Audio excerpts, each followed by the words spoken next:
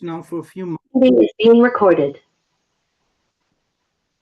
That had been published for a few months, and that I was invited by, most graciously, by Professor Golubovich and Professor Luma here to participate in the seminar. So instead of simply reading or only summarizing the essay that I wrote, which is sort of in its core argument an attempt to create an empathetic morality, sort of a source of empathetic morality as a motivation, as a justification for the also inclusively military support for Ukraine, which, as you may know, is a highly controversial matter in Europe, especially among the left.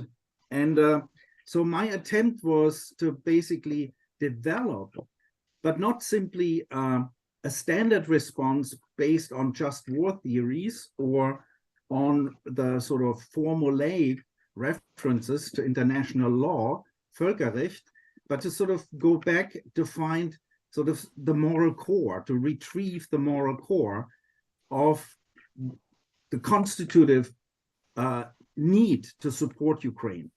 And so the very special, the very unique situation, and I have a manuscript which is over 40 pages, so you will understand that I will not go into the manuscript as such, but try to pinpoint basic ideas backed up occasionally by crucial quotes to create a discussion, because a certain irony is, of course, presented in this meeting, that I try to convince a largely Western European and American audience to support Ukraine. Now, I don't think I have to sort of convince you here of this support. But the interesting issue is, of course, how such support should be justified and what it particularly may involve. And in that regard, I attempted, as I said, a grounding in empathetic morality. So this is now, since this is as I've learned, a meeting mostly consisting of philosophers, I will focus mostly on the first part of 4 on this attempt of retrieving sort of empathetic resources of morality.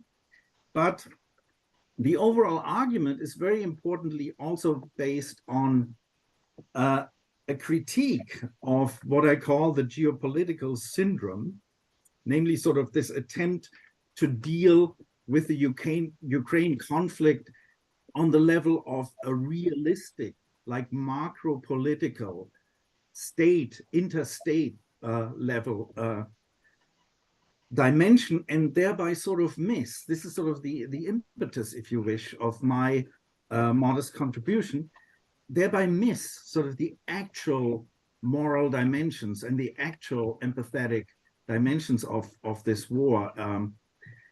Now, in addition to fully understand the complexity, I also felt the need to go into the ideology, the background assumptions of the Russian aggressor, which is largely absent, not entirely absent. In some minor publications, it occasionally comes up, but the ideology or the philosophy, wherever you come down, of Alexander Dugin is largely absent. And especially, I mean, this is, of course, an outcome of the itself, the geopolitical realism, which explicitly discards any analysis of ideology or ideological schemes, because sort of the power balance of the big players are at stake. And then third, of course, the issue is how to conceptualize the new world order, which is also an extremely controversial topic, as it is recently increasingly mobilized by Putin himself, by Lavrov, by others, but it also has its origin in post-colonial discourse, you know, in sort of liberation discourse against the colonial powers. So with this introduction, I think we need these 4 dimensions, and these 4 dimensions have also led to an incredibly rich reception that is also widely received now through a prominent British journal, the European Journal of Social Theory. And I also only invite you to address, I would of course give certain preferences to certain responses to my article, like from the Ukrainian political theorist Yulia Yurchenko, who teaches in the UK, who wrote a very insightful critique also of the abstinence and the rejection of Western intellectuals like Chomsky and others. But overall, this is the whole issue. I want to emphasize the whole issue adds complexity. So, as I said, what I'm trying to do is to see how far I get. I mean, I will sort of focus first on the empathetic morality as grounding solidarity with Ukraine, with Ukrainian resistance against Russia. And I will then see to what extent I give you some basic thesis about the subsequent analyses that I'm conducting, giving time, and opening it up for discussion. I mean, this is, as I said, again, sort of from another twist. Since I am here mostly talking to Ukrainians, I almost feel I should now just shut up and listen to you and hear your arguments and your presentations about it. So it's not, you know, I basically was acting in my essay, my original essay, as a kind of advocate, you know, against a certain resistance, which of course is itself to a large extent, I think, ideological, but also based on this lack of a sense of morality or empathetic morality. So with these preliminary remarks, I want to say that my attempt to give sort of a philosophical or a moral philosophical grounding or justification of the support for Ukraine starts from 3 background assumptions that I just want to lay on the table. First, a metaphysical, theological, or even transcendental grounding of moral values, moral beliefs is no longer possible. Thought is inescapably socially, culturally, and historically situated, and thus cannot proceed to provide essentialist foundation prior or above its own hermeneutic pre-understanding. So my background is, and also sort of my philosophical identity is in philosophical, as I call it with a twist, being Frankfurt educated to an extent, also American educated, critical hermeneutics, is that we are sort of starting from contingency, from a situatedness in our life worlds. Any Thomist, any transcendental, any other justification is for me as such not any longer possible. The second premise is, however, that the Kantian vision of a universal morality, which recognizes and respects human dignity in a human subject, such that the human being may never be made a mere means to someone else's ends, but always be considered and respected as an end in her himself, that is an intuition I'm not willing to give up. This Kantian intuition is necessary, is essential as an influence, but in my view, it needs to be reconstructed, regrounded. And this is mainly what I want to present today. Third, but the fact that human agents are inescapably situated in social and cultural practices forces upon an ethical reconstruction the need to take into account power and domination. So in other words, you know, if anyone is familiar with the debates around John Rawls, you know, ideal theory of law and of sort of justice, it's the recognition simply now that we also need a non-ideal theory. We cannot just have an ideal theory. We need to analyze power practices. And my own background, I wrote a whole book, I've been told influential for decades in Germany, on Michel Foucault, I've integrated Foucauldian concepts into hermeneutics. I participated in debates with Habermas, Rorty, and so on around power issues. This is very essential. So these are the background assumptions.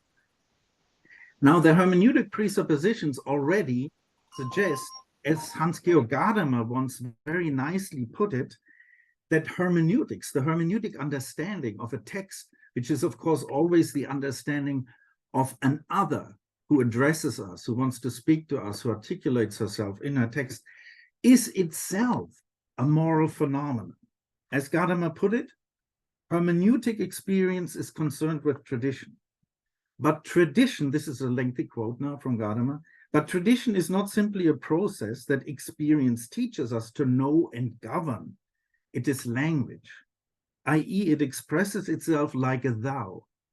Since interpretation is thus defined, I comment, in the first and second person relation, it entails a normative dimension. Gadamer says, it is clear that the experience of a thou must be special because the thou is not an object, but is in a relationship with us. Since here the object of experience is a person, this kind of hermeneutic experience is a moral phenomenon. Now, three quick and succinct consequences follow from this. So in hermeneutic interpretation, the other's expressions need to be recognized and respected as such. So the dialogic situation is always one in which I open myself to the claims of the other. But this second in turn implies that the other, or the dialogic interpretation, which involves the other, entails a projection of the other as a rational and reflexive subject.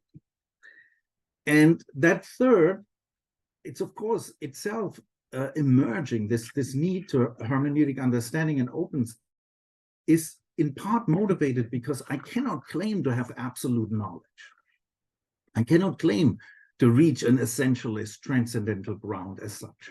So this sensibility either forces me to take the cultural background, social background into account, but now the other is never reduced to that background. In the hermeneutic experience, the other is always transcending also that other background as something that cannot fully be objectified, cannot fully be determined as being such and such, like a sociologist of knowledge would do, or the history of ideas tells, and so on. So we both have situatedness and we have this transcending dimension of claims that address us, call them truth claims, validity claims.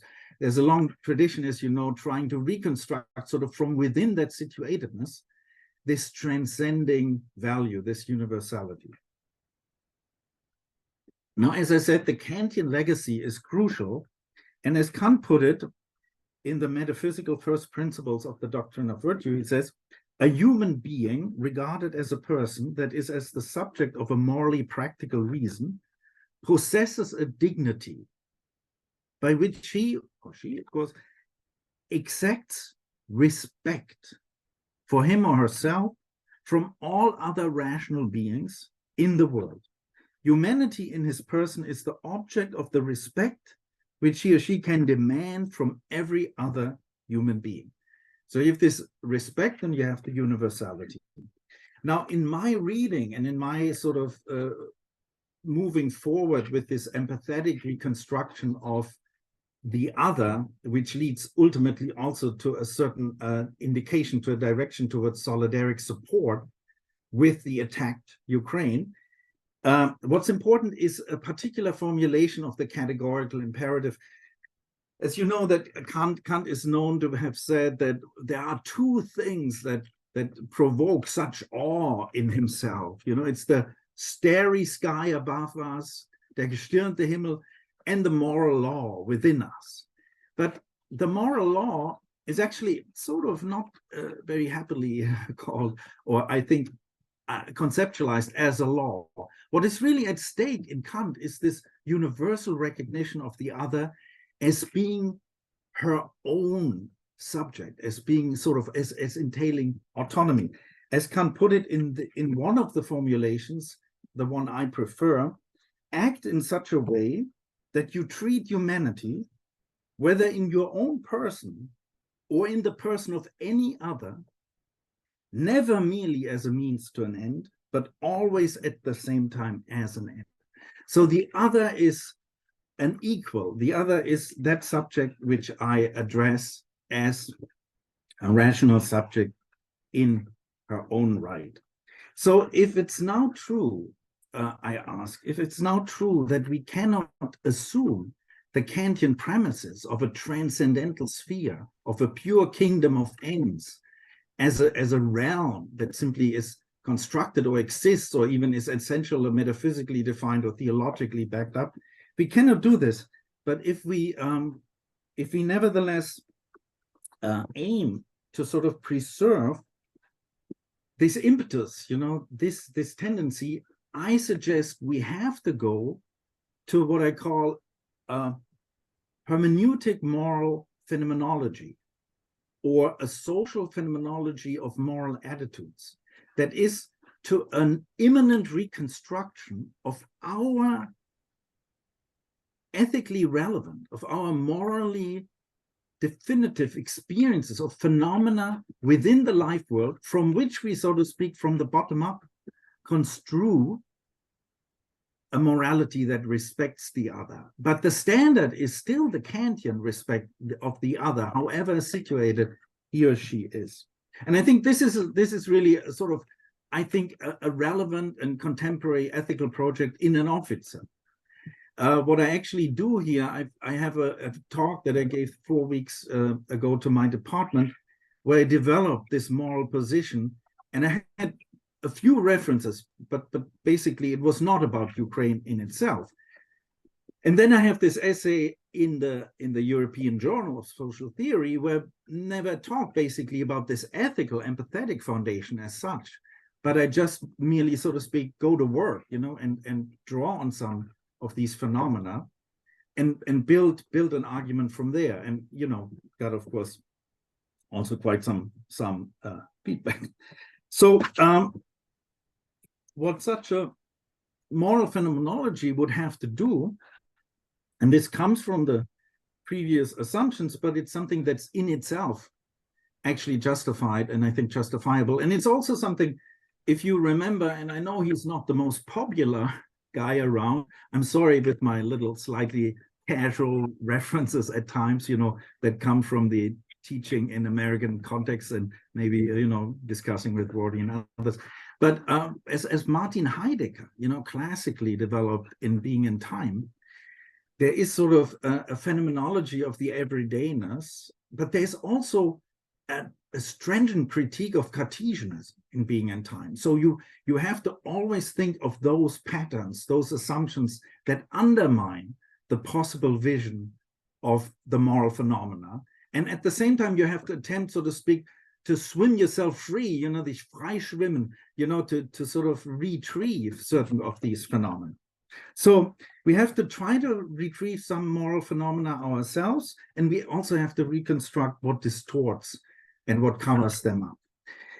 And so what I do now, which is slightly, I hope you will bear with me as philosophers, but it's not directly going yet to Ukraine and to the situation, which, as I said, may anyhow be best done in discussion. But I have, of course, things to say and said them in the original essay.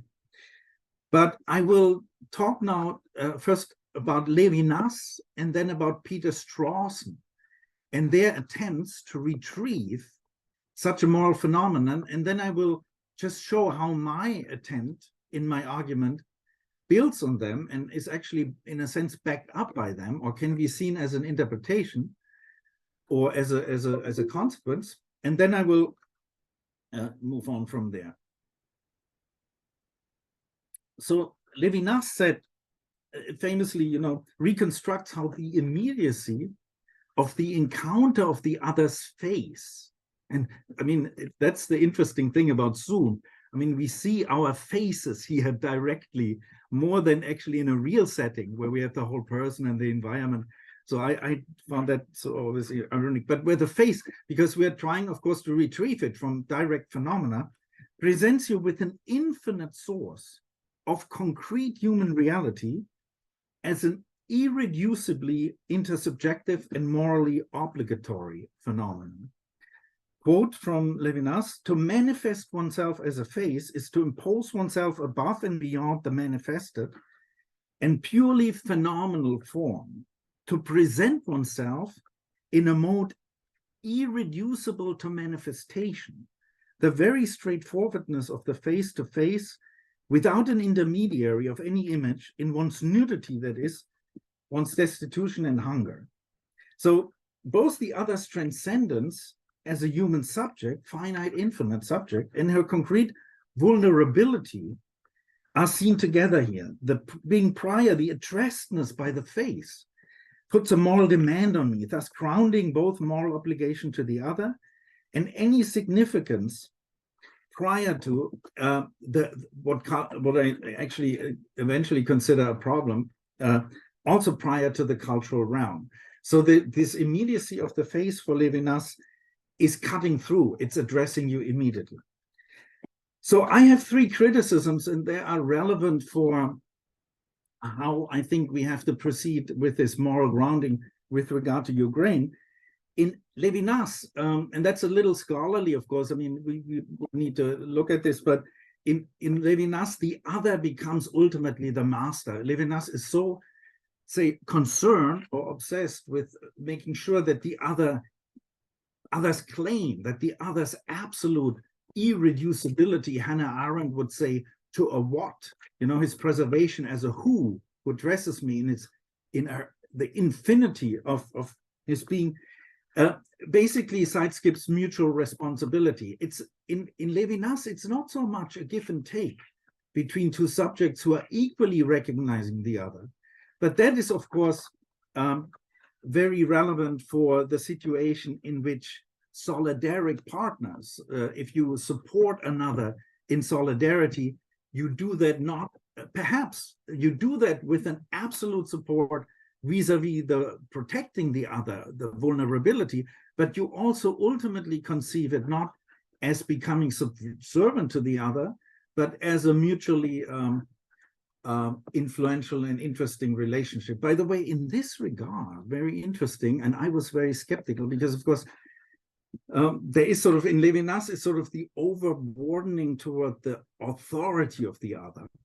But you can, of course, have the other, the equivalent, sort of the inverse problem, that you are paternalizing toward the other, that you sort of control the other. And Habermas, in a contribution to this debate, suggested that if Germany and the Western nations give support to Ukraine, they may as well also have certain demands of Ukraine. And if, you know, whereas a lot of commentators in the public sphere also say, well, whatever Ukraine does with their weapons, you know, however, whatever they want to do, and this is also something, you know, I'm trying to learn, you know, how your sentiment is here about your own situation, is up to Ukraine. You know, Ukraine is a sovereign nation, so we give them the weapons, but they do. But so Habermas at least suggested that there may be even a pathway to suggest sort of among equals to communicate, you know. But I found it also problematic because it's potentially also a paternalistic attitude to say we give you something, but this or that is what we demand. So the second dimension in Levinas is that he completely excludes any cultural situatedness, cultural background. And of course, this is highly problematic it anyhow needs to be mediated, but it would be highly problematic in any direct application to Ukraine, because the very fact, you know, and here I anticipate, but it may as well be systematically very fitting, the very fact which a lot of commentators in the Western discourse do not adequately address. Again, I don't say all, and you know, one tries to make one's contribution.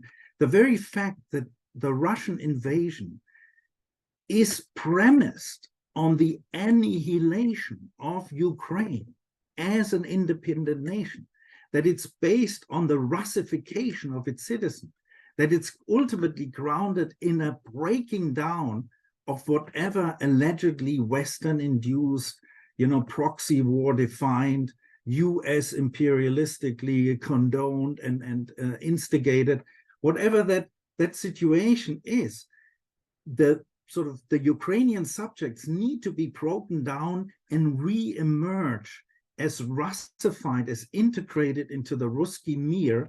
I learned from these commentators, Russian, Ukrainian commentators in the debate, and as such, so this is something that for some Western commentators is very difficult to understand, that actually, and that I think I understand, but maybe I'm wrong, you tell me, that the cultural national identity is important in the struggle precisely also because the other side attempts sort of a cultural integration or annihilation.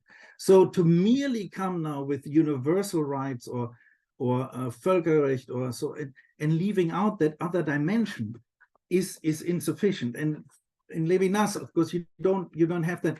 You don't have cultural. I mean, he's not a hermeneutic philosopher. Okay, it's clear, but he is of course influenced by Martin Buber, and Martin Buber's principle of dialogue is very compatible. But the insight that the classical philosophical hermeneutics has here over Buber, in my view, is that also to speak sort of the whole issues of the problem, the struggle for recognition, and the cultural, the multicultural issues, the contributions that Charles Taylor made to this, is that the cultural identity matters for subjects. So it's important to have that level of recognition here, and not just the nude, the naked, infinite, vulnerable other self, but no, and that is not adequately taken account of. And third,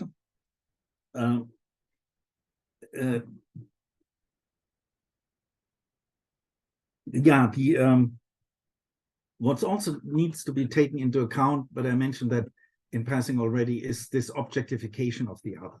So that's something that's missing in Levinas as well. So what I'm suggested after that is, so where can we sort of find a grounding? Where can we sort of move toward some kind of immediacy, what I called in the paper the moral call, so something like a moral call. And there is this sense of a very influential reconstruction of Peter Strawson, who reconstructs not from a transcendental and so on metaphysical standpoint, who reconstructs the famous reactive attitudes, reactive moral attitudes in the life world, and builds an answer, builds sort of a moral grounding. So in other words, what he's placing that in the context of the free will discussion, because of course determinists would entirely eliminate the whole realm of moral attitudes, because there would be no point, so to speak, no decision-making capacity. But the whole point is, so to speak, to show that the social world or intersubjective relations are a domain sui generis. They cannot be reduced to anything else. There's something that we cannot do without. And he says here, I want to speak of the non-detached, which means engaged, participatory attitudes and reactions of people directly involved in transactions with one another.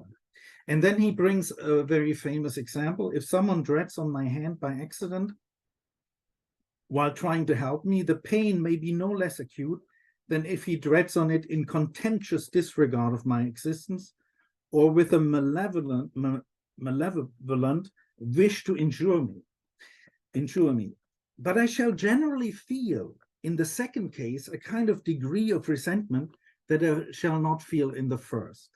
In kinds of reactive attitudes and feelings, we demand some degree of goodwill or regard on the part of the other who stand in these relationships to us. So it's basically part of the, if you wish, normative infrastructure of the life world, that we have inbuilt these expectations. And what is now interesting is that the reconstruction of different moral attitudes, moral feelings that Strawson develops is all based on empathy. Now, I want to here also show you that about 20 years ago, I edited this book, Empathy and Agency, and I will further refine briefly the analysis of empathy with Stephen Daval, the second person standpoint, who draws on this book, who quotes the book that we have developed, the perspective on empathy that we developed here. But what is important in Strawson is that he already develops this empathetic attitude or the role of empathy in moral attitudes as being constitutive. So the initial basic reactive attitude is one in which I, so to speak, feel myself violated by another, but it is because I assume, I kind of project onto the other an agent who, to put it this way, should have known better, should not have a malevolent ill intention toward me, but should have treated me differently. From that follows second, which is most important now for my case, for Ukraine, a projective attitude in which I project myself into the other as someone who is maligned, as someone who has been violently treated or mistreated. And this projective attitude is basically the ground for judging or assigning blame, also praise, including moral indignation, contempt, disapproval, moral criticism, and so on. So the second, so even blaming or projecting, or as I would also say here, empathetically identifying with one another is the foundation for even assigning blame or feeling solidarity and assigning blame to oneself. Assigning blame to oneself with regard to how one treats the other, if this mutual responsibility becomes conscious, becomes reflective, is then the third step, a reflexive attitude, and it accounts for phenomena like guilt, self-consciousness, feeling responsible, accountability. So the situation that, or the analysis that I relate with regard to Ukraine is, of course, one between the responsibility or the moral obligation or the sense of needing to assist a vulnerable other and the experience of that other as a subject that is violated. And then fourth, the generalizing attitude is that we already encountered this in Kant, and it, of course, in our context would be hermeneutically mediated by the fact that while we address sort of within this other who approaches us, always someone who is beyond a what, who is always a who is someone with whose claim I address, the other is, of course, also situated. So there is a universal assumption in the recognition of the other while also being reflective of the attitude. And so this can be now seen as background for what I consider and what I chose as immediate moral phenomena. And they may, but I cannot go into this here, they may even be closer to some of the work that Schopenhauer did or even Peter Singer. But it is the situation, the immediate intersubjective situation where you find someone else being violated. So, of course, you can immediately see how this can be understood as triggering, as bringing up these attitudes that that I have just reconstructed as empathetically grounded with Strawson. But it also relates to the vulnerable self. In the situations where, I mean, if you find yourself suddenly confronted with a child that drowns, or with a burning house with your knowledge of someone inside, or with a situation, there was a very, very gripping movie with Jodie Foster decades ago, where you suddenly come to the presence of a woman being raped by say, a group of her. And in this situation, you feel the immediate, you feel the situation is wrong. You feel not only that it's wrong, it's not just on the level of judgment, it's a sense of having to help, having to assist. And I draw on this to bring back, to move away from these formulaic definitions. Big states are fighting with one another, but we should remind ourselves of this basic moral situation. And now, of course, we have the obvious problem, as people pointed out, as I myself was very aware, not only how this can be ultimately related to the international, to the transnational level, but also, where my point, of course, is to relate it, to make concessions, to mediate it, but to also keep it somewhat alive. So I'm with Ernst Cassirer in The Myth of the State. The state as such is a myth.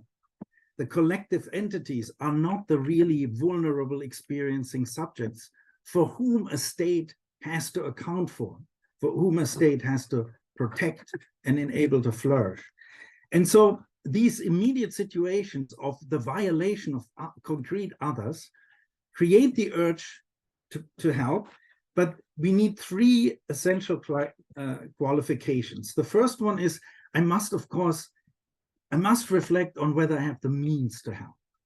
I mean, I cannot, so if someone is in a house and I have no equipment, I run into the house, I will die as well.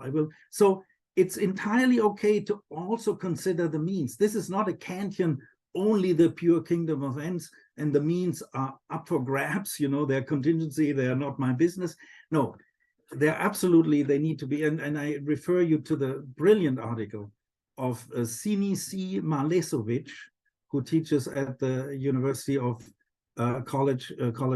University College in Dublin, who explored that dimension of my initial approach and showed how sort of the effective means to support Ukraine are there. So we can go into this if you want. But the second and the third point are that while this is, of course, a situation where the other is absolutely vulnerable, absolutely sort of defined, if you wish, determined by the circumstances, helpless and helpless, this is not who the other is. This is not whom we ultimately come to aid. So it's, so to speak, only half of the truth of the Levinasian, the vulnerable, but not the infinite, not the subject. And so Stephen Daval introduces the important distinction, but I develop it sort of from the phenomena, basically saying that, and of course we know that we are addressing someone, we're helping someone here who is an autonomous agent. In fact, because I'm running out of time, but I told you in advance that I focus on the ethical part, so I make these references to the other parts within that. That is precisely a core criticism of mine of the German, the Western, Italian also strongly. Christoph Luhmer may also know more from that, but I'm connected. My wife is Italian, and so I'm sort of involved in these public spheres there as well. Donatella Di Cesare and others. That sort of the peace movement has this completely abstract sympathy of the Ukrainian subject as these poor pawns who are used by the nasty, evil US imperialism. So here they are, of course, incapable to understand that there could actually be something worse than US imperialism, which is Putin's neo-imperialism. But it is, if you look at the sort of 20, 30-year-old cognitive habitus of thinkers like Chomsky or Mersheimer even, and others, so who of course comes from a different angle, but it's mostly Chomsky, and then to a certain extent, while there is a German, Julian Nieder-Rümelin, who very much goes in that direction currently, and others less prominent, that they basically see Ukrainian subjects entirely as the pawns, as not as subject. And in this initial situation of the immediate help, the urge to help, there is a danger of this, but of course that's not the case, because care, sort of what we do criticize, is when we care, when we help and support someone in the concept of care, or in the context of care, with the concept of care, we see the other as sort of an object. Precisely, by the way, this I had to skip this, but Strawson himself also talks about objectifying attitudes that we can take toward the other, but that of course can never be primary. We can never conceive of the whole social world as just of these objectifying attitudes that then make the other an object, say, of social welfare, an object of policy. Ultimately, of course, this is a very radical consequence here, ultimately a social welfare policy, but this is of course also a very Foucauldian point in a sense.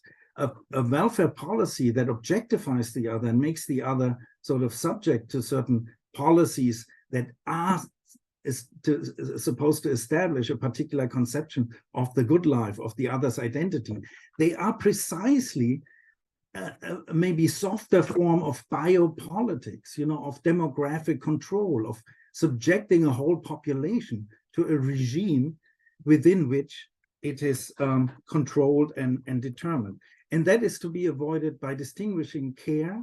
It's not an attitude of care, it's an attitude of respect.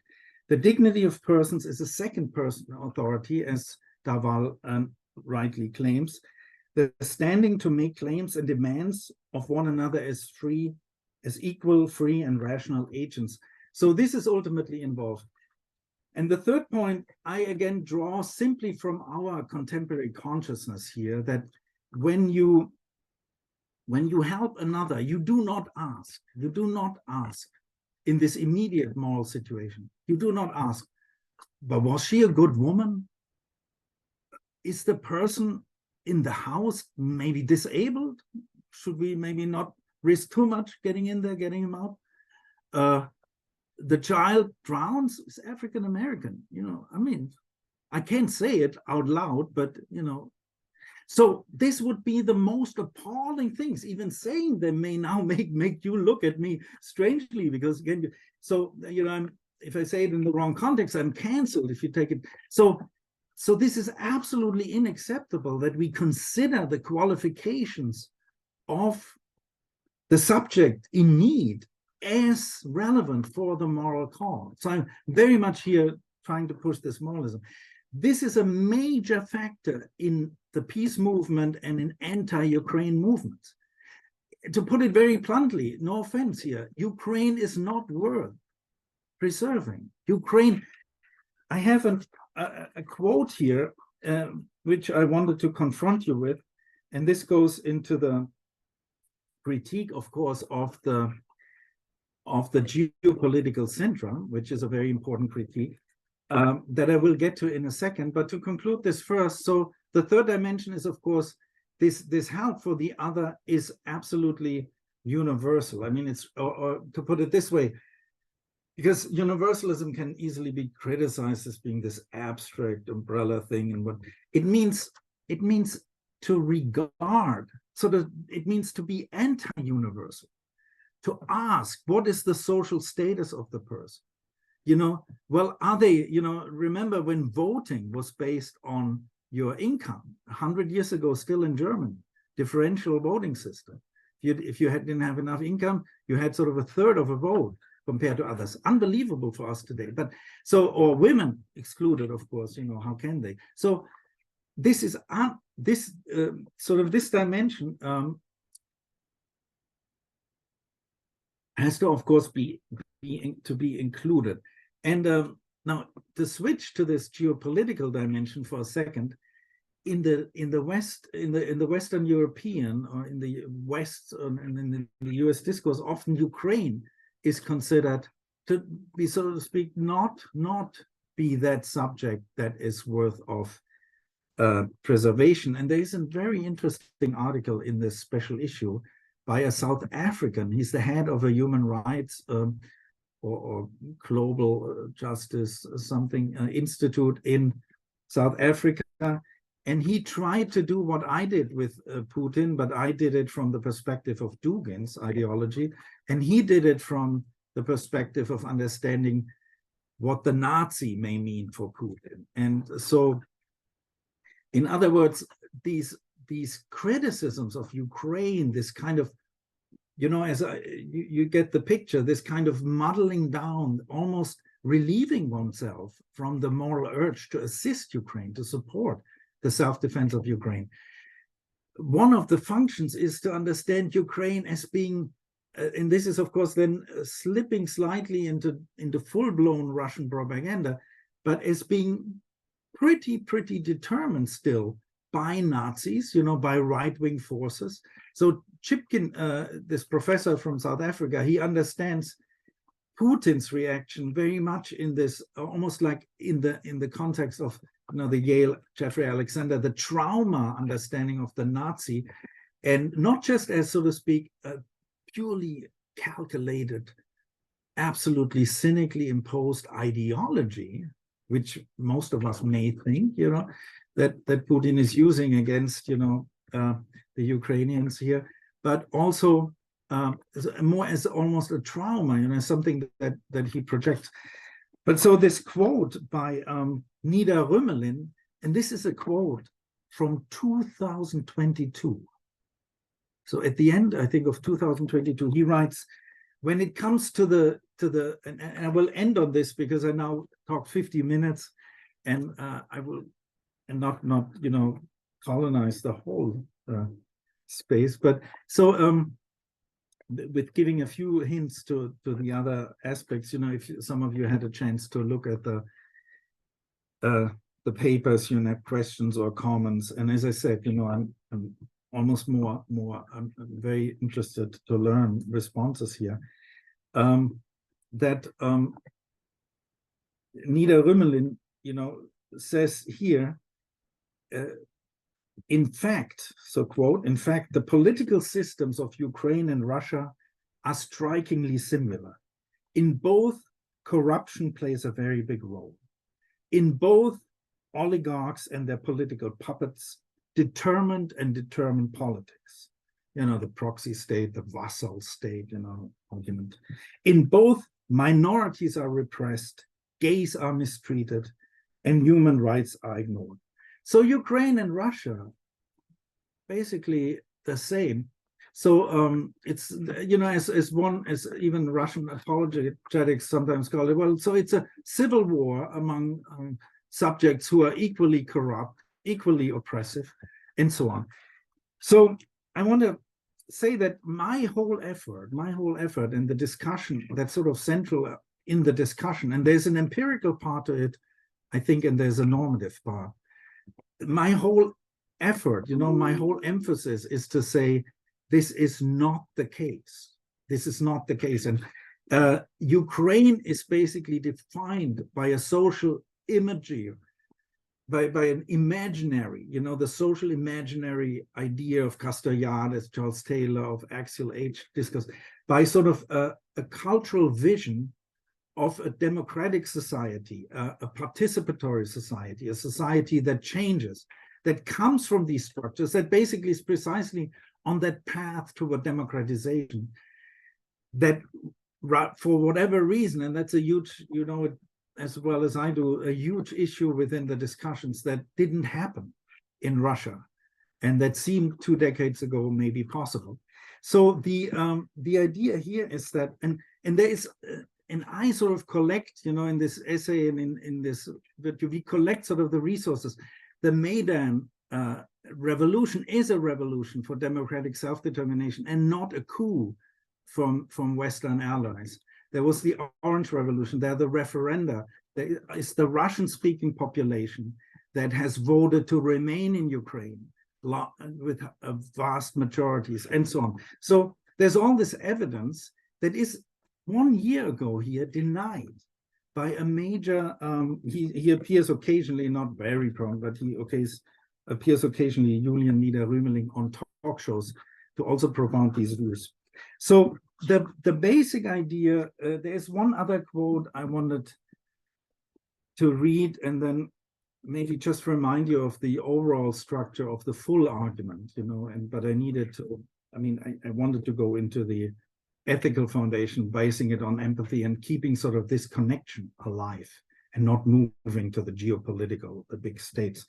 So when it comes then, however, one word, when it comes to this realist perspective, structural realism, it's called by Mearsheimer, or geopolitical realism, or the New World Order, someone like Nida Rümelin also propounds that he is, of course, for democracy, but then he pedals back and says, but being for democracy today can only mean to accept the major powers, the global, in German, the Weltmächte, the world powers.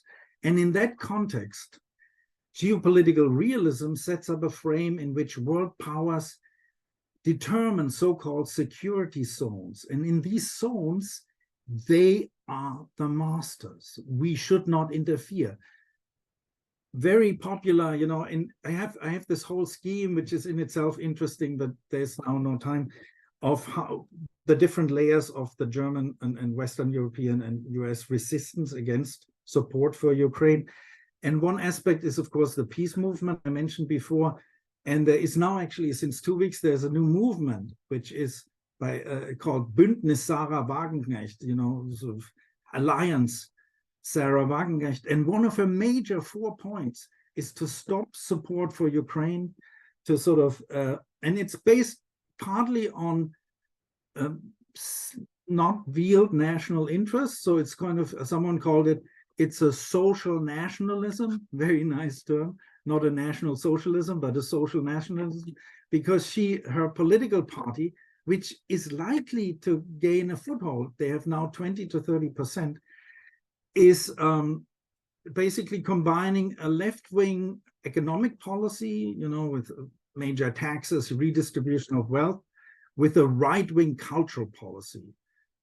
Stop to immigration, stop to handing out welfare to the non-Germans, and closing the borders and closing any support, no world involvement, no solidarity with other nations. What do we care? You know, we first have to feed our poor.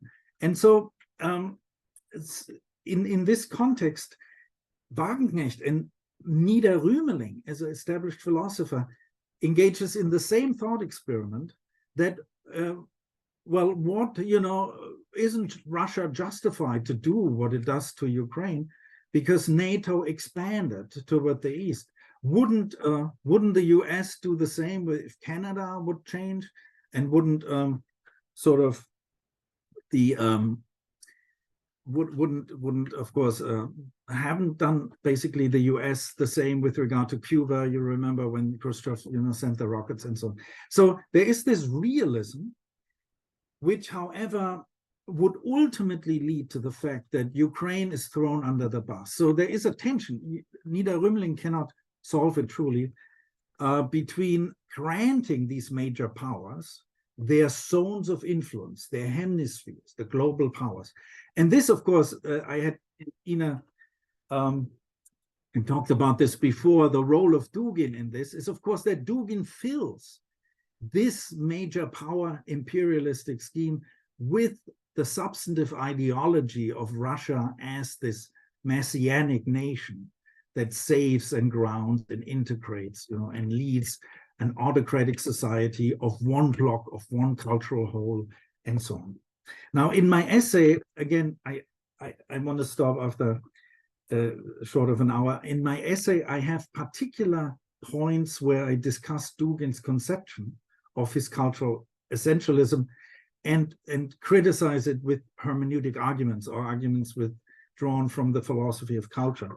But to conclude now, this is basically, for me, when it comes to the basic issue, to get to the last point. So I mentioned now, what I really sort of explored and what I intended to was to develop this empathetic morality as a ground that is both giving us this immediate connection to experiential solidarity, experiential empathy, but is connected to the larger dimension of equality and universality. And now, and then I explained that there is this geopolitical syndrome, which is, let's call it an ideology on the side of the West, to not feel this urge, to not be morally responsible, with very problematic arguments, if you understand it. So Ukraine is bad. It's sort of like the bad woman, that, or the unworthy person. Ukraine is not worthy to be preserved. They're as corrupt, they're as, you know, autocratic, they're as determined by oligarchs, or as human rights violations with regard to minorities and so on. And of course, this, to go back to this Habermasian point, and this is one of my most interesting things for me also today, is how you see this within the Ukraine. Whether, I mean, do you see that these critics have a point, or do you see that they completely miss it, or do you see it? I mean, and listen, and I was castigated for this. I'm living in the US. We had 4 years of Trump. So it's not like, this is not talking from a perfect democracy to someone else. So that these struggles are ongoing. But precisely because they're ongoing, I think one has to use a certain cliche, one has to get one's moral compass, one gets one's moral values to a certain extent right. And I want to end, so I had the geopolitical syndrome, I had the Dugin, and with regard to the world order, the so-called multipolar world order, I think we have to, there's so much more to say about this, but I think we have to maintain a certain anchoring in universal moral phenomena and make those the guiding perspective and not the geopolitical blocks of major power. So Julian Nieder-Rümelin stops short. He says what cannot be violated within the global order is national sovereignty. National sovereignty, and I have this in my essay as the first principle. Yes, national sovereignty should absolutely be off the table. And one of the major points, of course, of the resistance, also from the realistic or realist perspective, is to build that block, to build that border against the Russian invasion. But it must ultimately be based on universal core values that the state is there to protect, to enable. So already about 100 years ago, Friedrich Meinecke, who I refer to in my postscript, in my reply to the essays in the volume, already said the state, sort of a statesman, a responsible definition of Staatsräson, raison d'état, of the rationale of a state. It's a huge issue right now in Germany, as you know, with regard to Israel, whether the Staatsräson forces Germany to support an apartheid state or not. And, or whether actually Germany is forced, as I sort of suggest, but I don't talk about that crisis there yet, whether Germany is forced to support irrespectively of any context, radical human rights, and not just the state. But I would, of course, say it is committed to the state, but it can also or should sort of be very reflective about what that other state does. So it's incredibly, you see there the unique historical cultural situation, how much it matters, how much mere universal principles do not suffice. But here's what Nieder-Rümelin says. He says, and this is very interesting because I'm on the other side. This is now, I give you a quote that I strongly disagree with, so to create the dialogue. The normatively grounding justification for the military support for Ukraine is not, he says, is not the defense of liberal democracy against an autocratic aggressor, but the defense of national sovereignty. And everything in me says this is exactly wrong. So, of course, my article has been castigated. It's called Democracy or Dictatorship. The Ukraine is the defense of these liberal values, not just in terms of a narrow Western liberalism, we can talk about this, but Ukraine defends universal moral rights to cultural self-determination, to language, to tradition, universal rights, to political self-determination, to democratic self-determination. And as such, it is important to support it. It is not simply the national sovereignty, but this is a huge discussion, and I'm myself a little bit on the edge to how far I would go. If tomorrow people would invade North Korea, and not that it's far away, how strong would we feel compelled to maintain the national sovereignty of North Korea? Saying that, of course, there should not be military occupation of North Korea. I'm not saying we should, and here I side to a certain extent with you. So Nieder-Rümelin has his point with the realism that we should, of course, abstain from military action with the goal of regime change in a very free-floating manner. This is not the case in Ukraine. Ukraine defends itself with all its fervor. Ukraine has been attacked.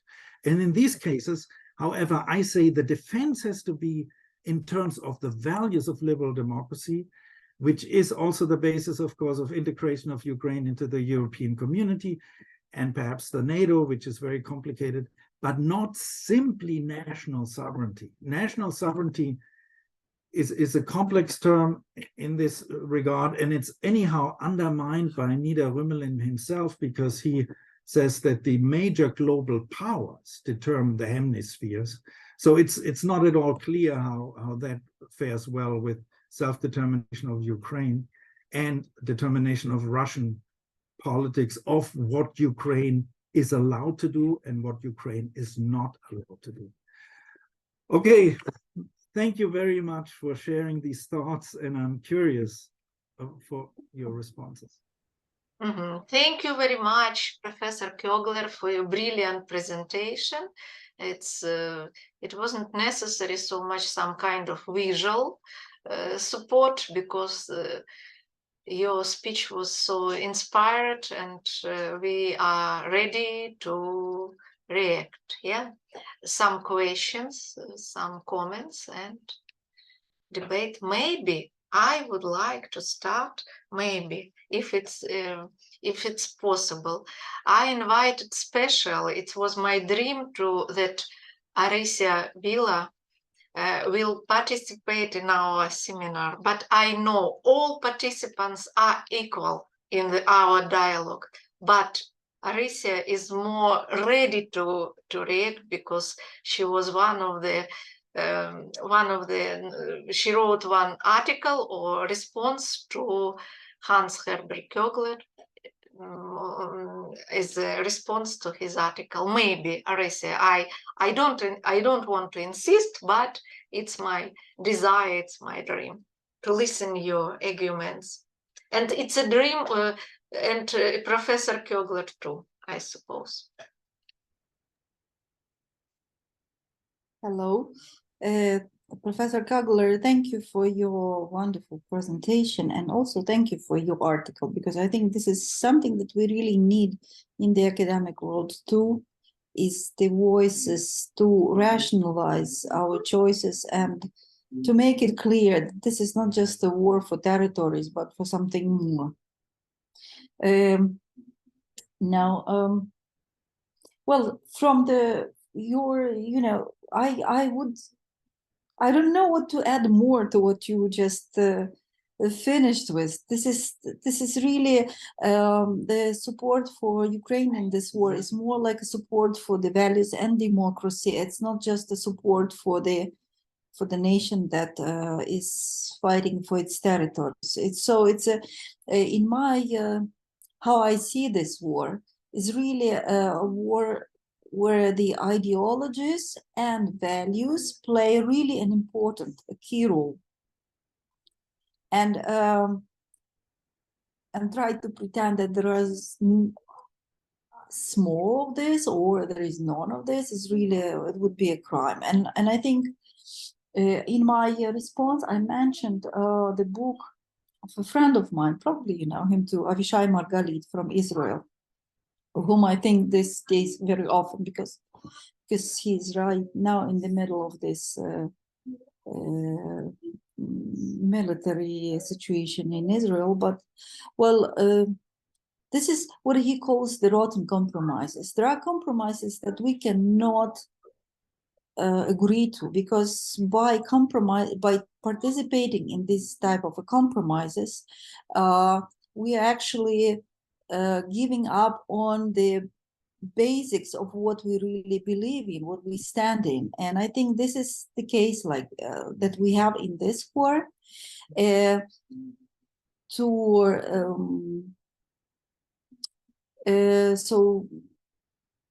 And I mentioned this also in my response, that solidarity in this case is also a support of the values of democracy and the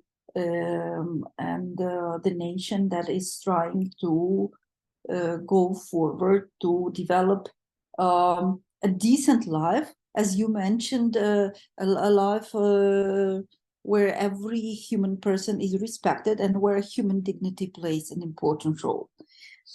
Now, one thing that I want to ask you maybe also to, I didn't mention that in my response, but I'm very curious to discuss this.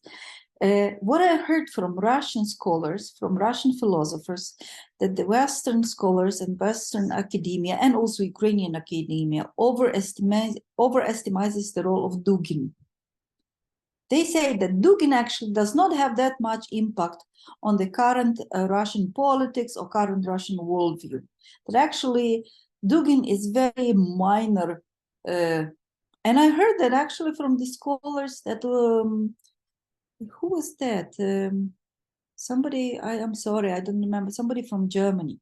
They said, I was very surprised because I also was under the impression that Dugin has very strong impact on the current worldview in Russia. But they say that this is more like the Russian ideology is more like a patchwork, that it has no ideology in the background, and it's really kind of it's like a fluid sea where things change day by day. You know, they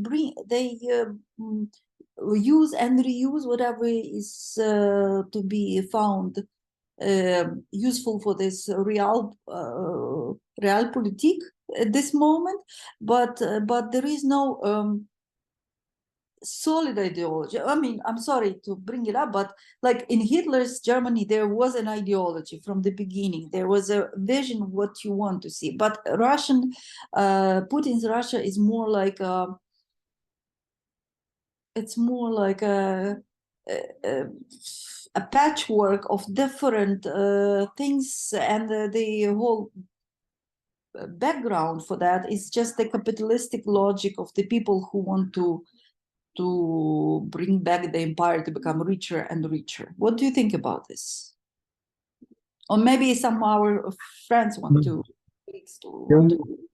I would like to first respond, but I'm also more curious, of course, of other responses, because somewhat being closer to the context, and you may know that, but it's to a certain extent an interpretive assessment to sort of determine exactly the status of Dugin's ideas. And again, I did address that in my postscript, in my response, everyone, but I want to hear say, and I've further done research, I read more Dugin and so on. So because what is interesting, you bring up the comparison to the Nazi ideology, but you can also bring up fundamentalist religions, where you may say Christianity has a perfectly worked out ideology, if you bear with me for a second, in the Old and New Testament.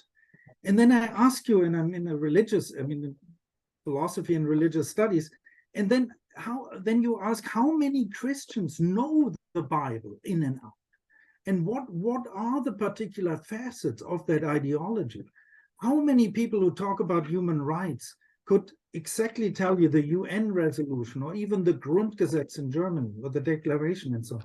So I somewhat, but I hear something else, of course. I somewhat use Dugin also as a synthetic catalyst to see what are the underlying premises of that worldview. What are sort of the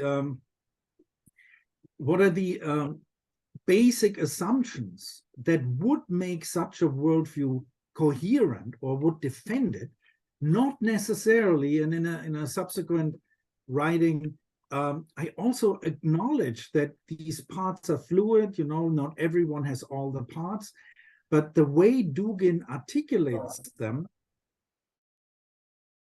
is a way to say Ukraine does have no independent statehood claims.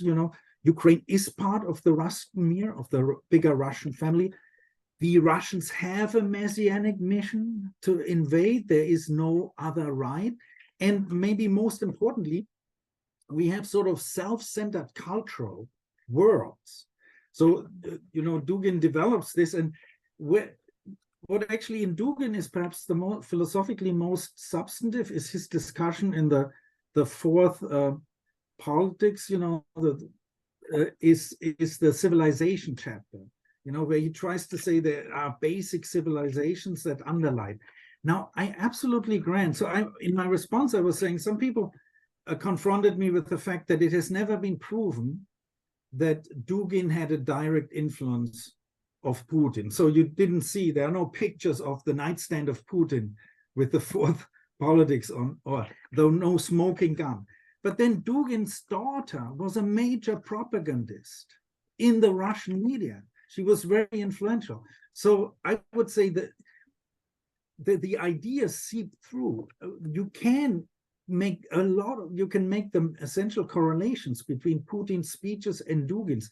So it's not so Dugin necessarily as a direct ideology is in the minds, and in the library of every Russian.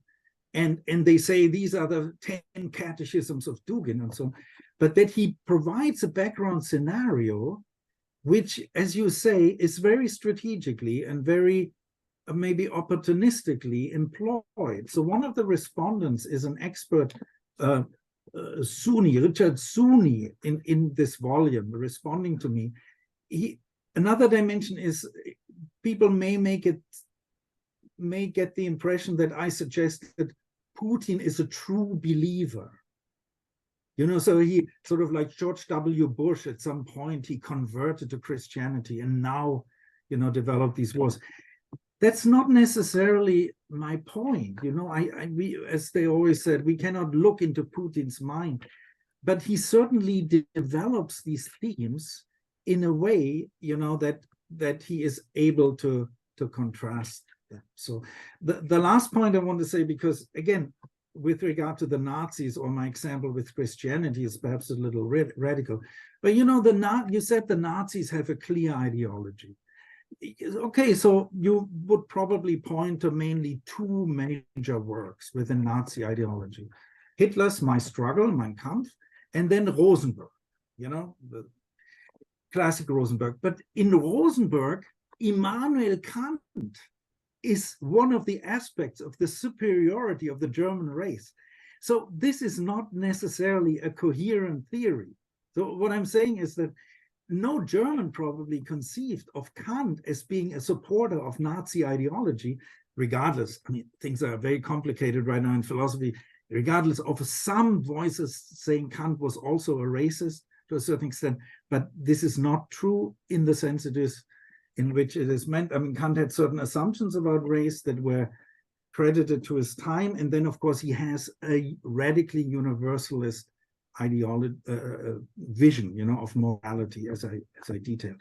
So, in other words, I think the analysis of Dugin as a helpful tool, sort of as a laser, as a reflection of what are basic premises of the Russian ideology potentially legitimizing the invasion. Dugin is very helpful, but it's not that directly his work has to be in the minds of everyone. And then I should mention the other aspect too of Komyakov in the volume and others, that you also have to see, and I would say the same thing though for the Germans, that at some point Germans may have committed a lot of crimes, and a lot of Germans, as we know, said, I didn't know anything, I didn't see it, some the Jews disappeared, but we didn't know what happened, and maybe they were put in work camps, my own relatives, the history. But they were, so in other words, there are, of course, other motives that are alongside, that are not steeped just in the ideology itself. And this is absolutely clear, but I think the ideology is one major framework. So in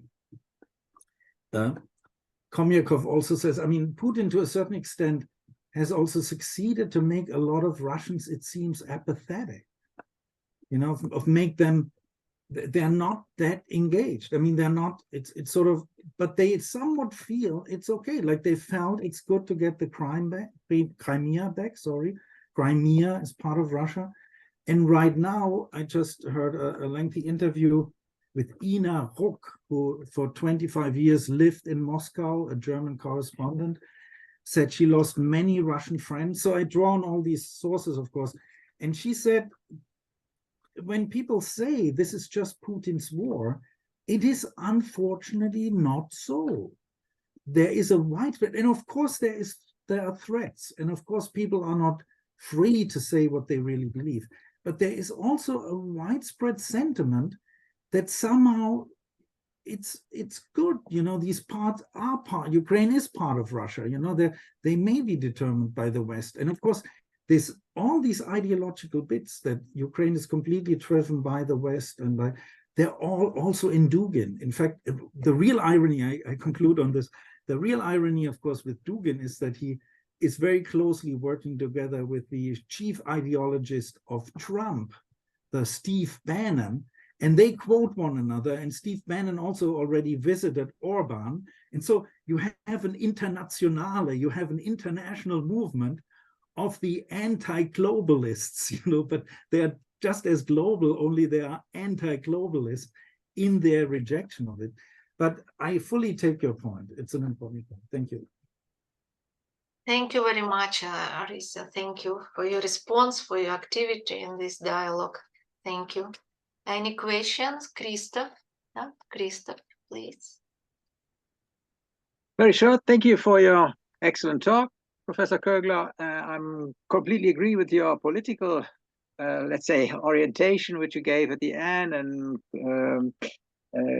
commenting on Ida Rümelin and others. But let me say some words on the philosophical foundations you spoke about, so more on the philosophical part.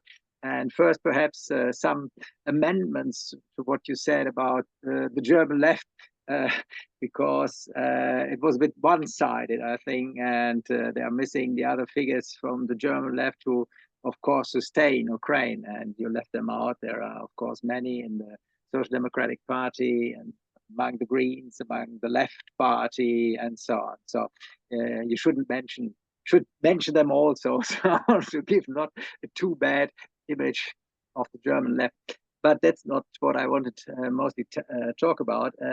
You designed the moral underpinning of what you then expanded as something, a kind of morality which develops more or less automatically from an empathy and so on.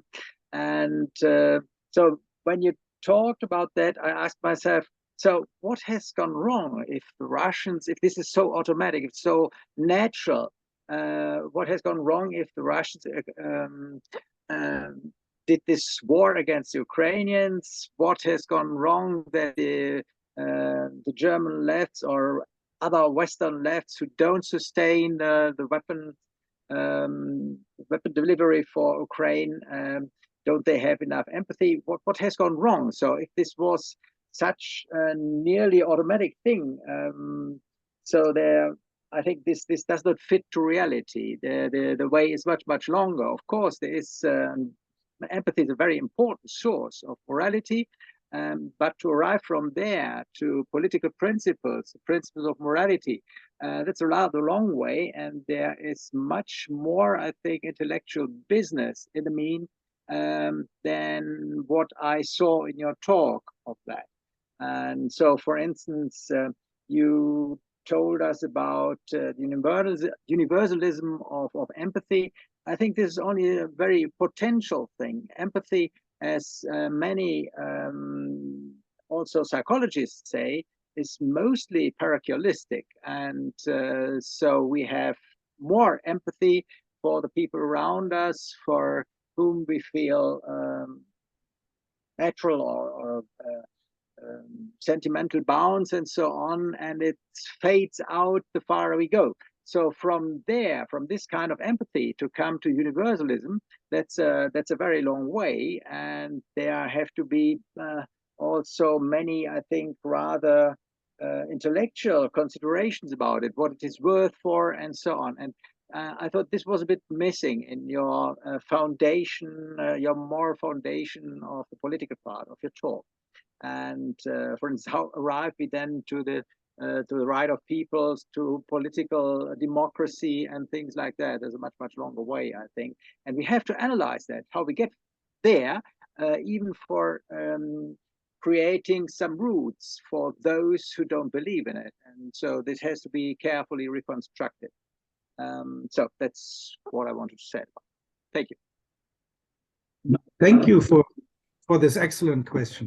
I do, and there are two questions, but I will at the end say something about the German left and the situation, maybe because I mean, I agree with you too, but I had to, I mean, I picked, so to speak, the other side, you know, the left party, you know, the Linke, and then also some of these intellectuals that I mentioned.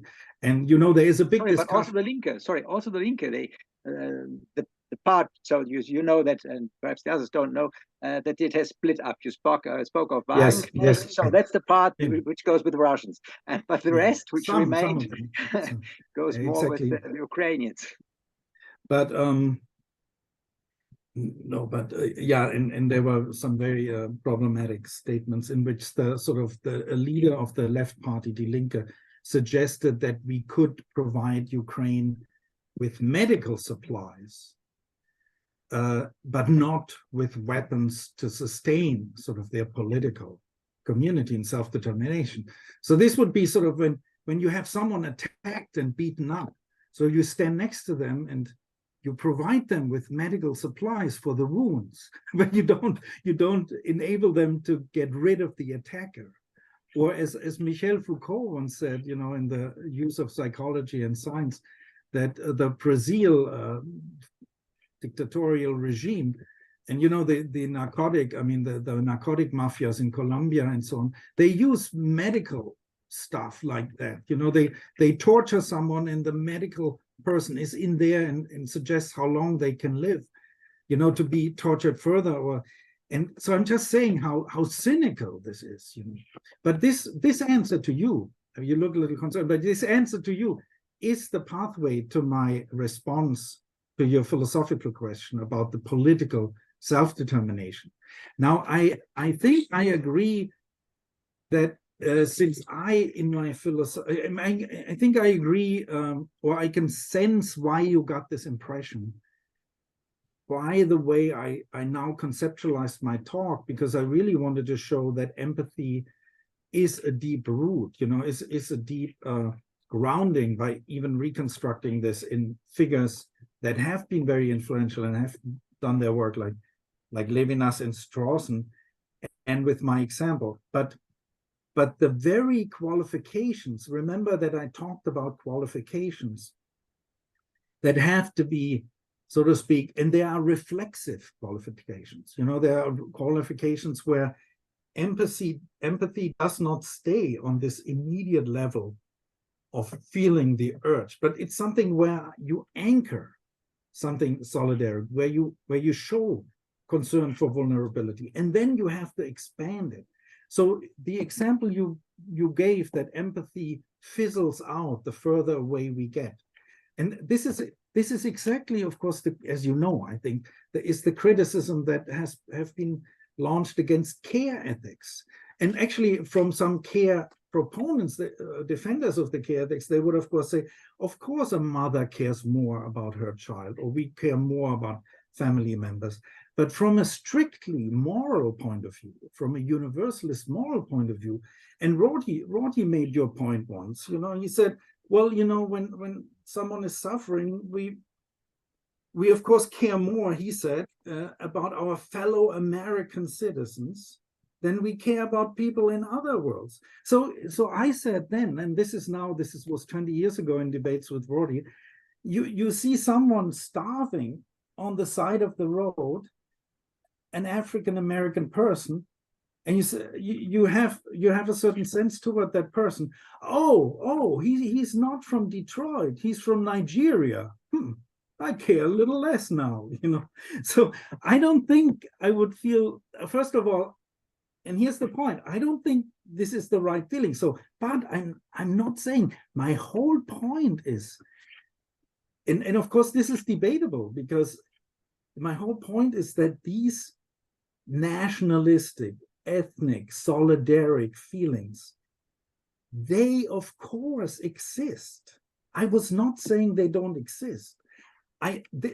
You launched the criticism against me that I launched against Levinas. And I may have not been so clear in this detail. So the point that there are these interpretive schemes, it's a more detailed, I have even published that already against Levinas, is that when Levinas talks about the face, he seems this face approaches us with this immediacy. Well, the face of the Mexican table clother, the face of my cleaning cohort, the face of such and such people, they are covered up faces by ideologies that say these are lesser human beings. They work in social strata. We would not officially say it to ourselves.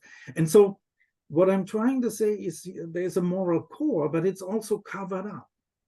It's a camouflage. And the cover up is that the suffering of the Ukrainians, say, is self-inflicted, is they are ideologically, determined by Westerners. They are driven by external values. Why should I care? I mean, this is the first point. The second point, I had another point, but you see this. So I agree with you that empathy is not automatic. I didn't mean it to be.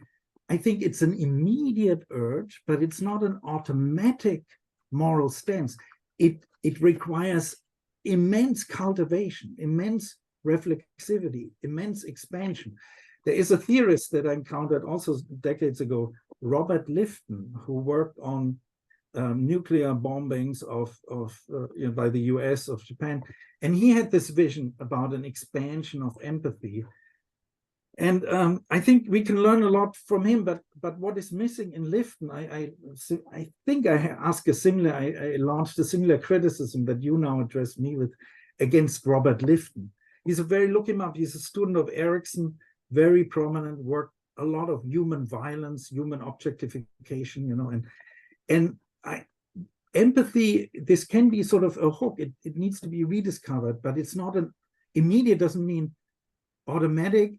And this seems now very, maybe I'm more philosophical than I need to be, but immediate doesn't mean not mediated. So of course it's, we are in a situation, it's often mediated. You need to develop a sensibility. And this is where education comes in. So two other points, and education, this is an important point, but two other points. You mentioned that the Russians, if it's so, because you assume that it's immediate, why don't the Russians feel it? Why don't the Russians, why don't they care more? And so, well, I already mentioned that there's this ideology, there's this sense, and it's immense. If you listen to, I'm not sure, I cannot do it too much, into the Russian TV propaganda. I get all of this on my little phone. I get direct reconstructions of Russian propaganda. They mocked, so publicly in public TV, they mocked the Ukrainians having no Christmas lights, when they destroyed a lot of the infrastructure. I mean, a level of baseness and nastiness, that is just amazing. The same thing, why do the Europeans not care about people drowning in the Mediterranean? And so empathy is not immediate. It needs to be brought out. It needs to be activated. But so there is this propaganda in the media, but there's also, as several Russian contributors, I mean, one is, maybe he's Ukrainian in Kiev, and then there's a Russian exile, Komyakov, and another colleague. They all point to the extreme militarization and the extreme violence that now determines Russia. My younger brother is gay. He told me decades ago how often they get beat up, how the violence. We have relatives, we live here in Jacksonville, America is of course the nation of everyone. So we have Russian, Ukrainian friends together. They come in a few days, they come to Thanksgiving. The Ukrainians, the Russians, the Russian lost her father, who was for a few years homeless, to a gang of wild guys beating people up at night. I'm not sure. I'm not saying violence doesn't exist elsewhere, but there is a cultivation of violence and militarization that a lot of people report from Russia, and it's all in the interest of Putin. And I think, well, and the third point is perhaps only to emphasize that my attempt to bring in these qualifications of empathy, to say empathy is the beginning of the vulnerable self, but the who of the other self, the who, that is a self-determining, that is an autonomous subject, that is someone who believes in themselves. That needs to be emphasized. But here's my true third point is connected to this in the following sense. And I completely left this out, as I wanted to focus on the empathetic learning. And I'm glad you brought this up, because it should not be misleading in this way. In the original essay, I use a few lines, and in the postscript, my reply to all the 15 answers is that, and this directly also relates to a concern of yours, is that these moral values, like not the immediate empathetic urge, which is perhaps the grounding of some very basic solidarity, but which needs to be, of course, reflected and more sophisticated, so that you ultimately, and this is connectable to my approach, but it wasn't done now in the paper, how this is related to a cosmopolitan respect for everyone, which I ultimately, of course, develop with hermeneutic means that the diversity of different cultures, this is one of the principles in the postscript, that the diversity of different cultures and different backgrounds is respected within each nation state. But the point here is now,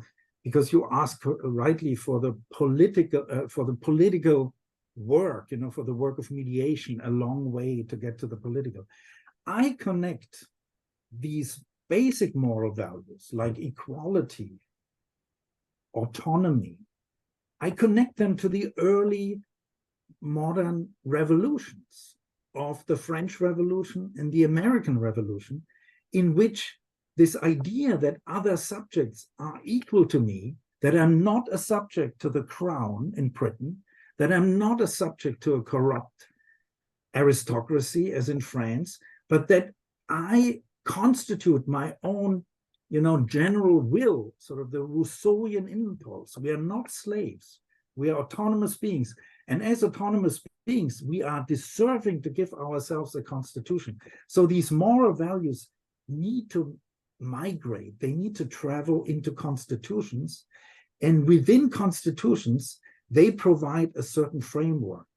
And I have a quote by Habermas. I know you're not a big fan of his early communicative work. I looked up your work, very interesting work. I had my criticisms too of the communicative theory. But in this political sense, I both side with Habermas, and I am cautious. Habermas basically suggests maybe I don't want to.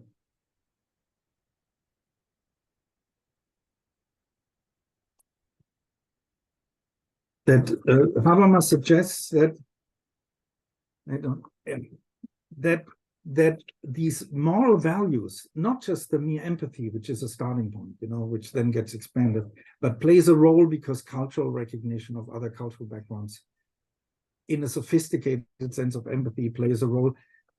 Sorry, I hope you're following that in this book, Empathy and Agency. What the basic thesis is that there is a rudimentary empathy, where you sort of relate to the facial expressions, to the emotional gestures of others, and then, but that empathy is not cutting it when it comes to understanding full-blown human agents.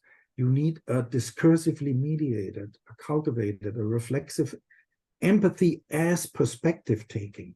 And taking the perspective of another is not an immediate process, but it is a hermeneutic process. It's a process of reconstructing the basic background assumptions and premises of others. And this plays a role here too. But with regard to the constitution or the political principle, Habermas here says, and this is in a very recent work, the self-understanding of humans as autonomous and rational subjects. Remember, I started with Kant. Can draw on those historical traces of morally cognitive learning processes you're a long way. It's a long way. It's a learning process. It's not immediate. It's not automatic, which are embodied in the increase of institutionalized freedoms. Institutions back them up like a constitutional state. And today, most of all in the practices of and legal guarantees of democratic constitutional states. So in that sense, I grant that there is this mediation necessary within politics. And one final point about your political statement. I think we talked about it briefly. Yes, the left party as Die Linke is split within itself. The only thing I would perhaps still say, but it's half ironic, is that the Green Party, I would also consider, yes, the Green Party is very strongly in support of Ukraine. But in sort of the radically left circles, from which I still, if you know Daniel Cohn-Bendit or Joschka Fischer, these were sort of the elders in contexts where I moved about in Frankfurt. They're very radically against it. And of course, there is a debate whether the Green Party is still a left party or whether it has become sort of an upper middle class bourgeois party and so on. But it was not to say, again, granted, it's not to say that all, in fact, I welcome your statement, because I want to say it's not all on the left who do this, and not even just in Germany, but unfortunately in the US, Chomsky and others are very prominent in these leftist circles. There is a dominating talk show called Democracy Now!, who is very, very anti-military support. And the main, maybe I just launched this one point, the main argument here again is that they all do so in favor of the biggest possible moral value. Lives need to be saved. Frieden schaffen ohne Waffen. Create peace without weapons. It doesn't rhyme as well. But this peace is not only not a peace because the subjects in the occupied territories are under a terror regime, both culturally, politically, where we agreed, and it's also not a peace where the self-determination, the autonomy of the subjects are respected. So maybe in one sentence, the answer is yes, there is a political mediation and a mediation with regard to reflexive expansions of empathy. But what my approach has is that it builds from empathy toward those, so to speak, from the bottom up, towards enhanced perspective taking. I have works, this is for you a reference, I hope for some others, George Herbert Mead, The Generalized Other, how you can expand, so to speak, somewhat more generalized conception of others, reflectively seeing the limits of your immediate empathy if it's too parochial. Thank you. Thank you. And I would like to invite Kristina Basakova. My special thanks to Kristina, who introduced for me and for our seminar, Professor Hans-Herbert Kögler. Hello, Kristina. After our communication at the Košice University at the time of Erasmus program, we became a good friend and colleagues. Please, your question, your comments, dear Kristina. Hi. So I apologize for these conditions because I'm in the dance class with my daughter Viola. Can you hear me? Can you hear me well? Can you hear me? Yes. Yeah. Okay. Yes. So yes. thank you. Yes, perfect. So thank you very much, Ina, for inviting Professor Kögler, and thank you very much for accepting the invitation. I have one question or maybe one comment to the topic, the empathy. I agree with Bert that empathy is really something immediate, something not mediated. And from my experience, not only when it comes to Russia, but from all the Eastern European or the post-communist countries, I think one of the worst empathy cures is fear. And I think the fear has been cultivated very systematically during the communism. And we also can see this kind of fear nowadays in Russia. So how can we also expect to have the Russians to have the empathy with Ukrainians if they do not have empathy even with each other? I mean, you can see how much lack of empathy there is even in the Russian society. So I think this is also one of the problems, that we see that although empathy is very, very natural, and even some evolutionary biologists say that it's even something that even the animals have some sort of pro-social behavior.